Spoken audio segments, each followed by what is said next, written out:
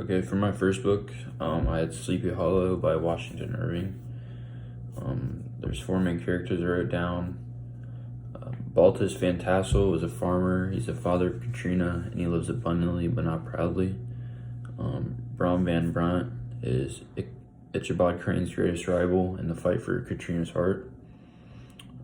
He's known as the hero of the area, and he's also skilled on horseback. Ichabod Crane, he comes to Sleepy Hollow to work as a school teacher.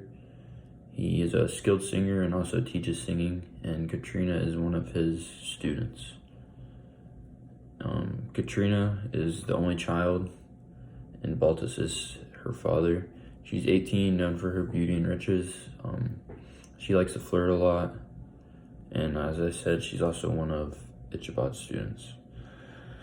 So, mostly I just wrote the summary for the book. It's got details about the characters and everything like that. So, The Legend of Sleepy Hollow tells a story about Ichabod Crane and his desire to win Katrina's heart in the context of a ghost story. Sleepy Hollow is a small, quiet town that is said to be under a spell of some sort. So, the Headless Horseman, you'll see him later on in the story. He's one of like their little things that they craze about.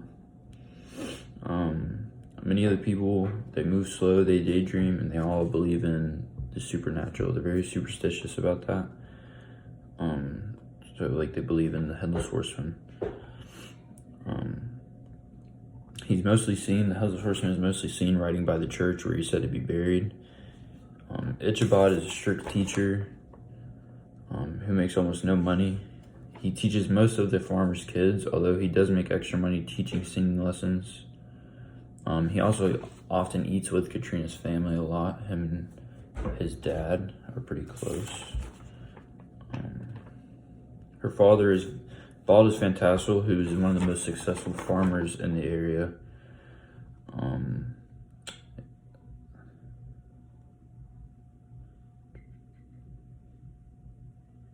Ichabod quickly falls in love with her and visited her often, as I said, so he came to eat with them a lot and went to go see her.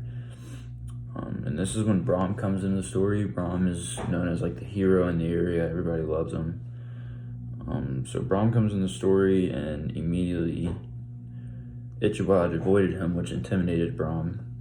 So he didn't like that. So Brom decided he would prank him, and Brom decided to fill the school up with smoke and train a dog to follow him around and bark and just bother him. So later on after that, Ichabod got invited to a party at Katrina's, and Katrina made him mad, so he left early. And after he left early, he was walking home he wasn't walking home, he was on his horse going down a trail, and he noticed a figure standing in front of him. So he called it out and didn't answer.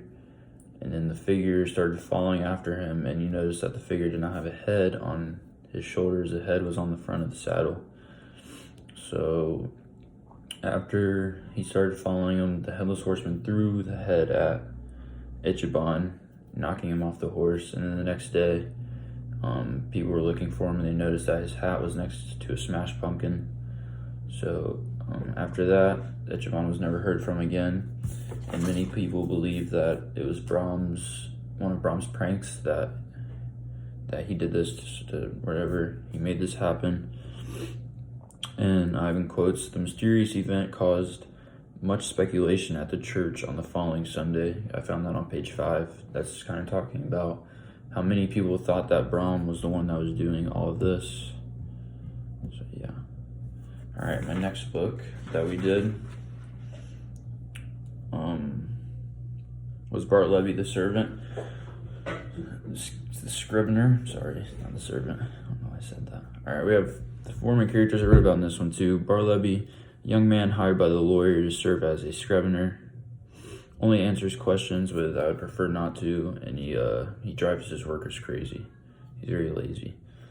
Turkey, that's another character, the eldest employee. He's a good worker in the morning, in the afternoon he gets moody. He makes more mistakes in the afternoon. Nibbers, another employee. He's the complete opposite of Turkey. He works well. in the afternoon, but does not work well in the morning because he deals with like anti-digestant, something wrong with him. I don't know, something with his stomach. And then we have Ginger Nut, which is the lawyer's errand boy. He got his name from Nippers, Turkey, and Bartleby because he always has to go get cake for them, and they're basically like his slave. And all these people are employed by the lawyer. And this story occurred in the 18th century.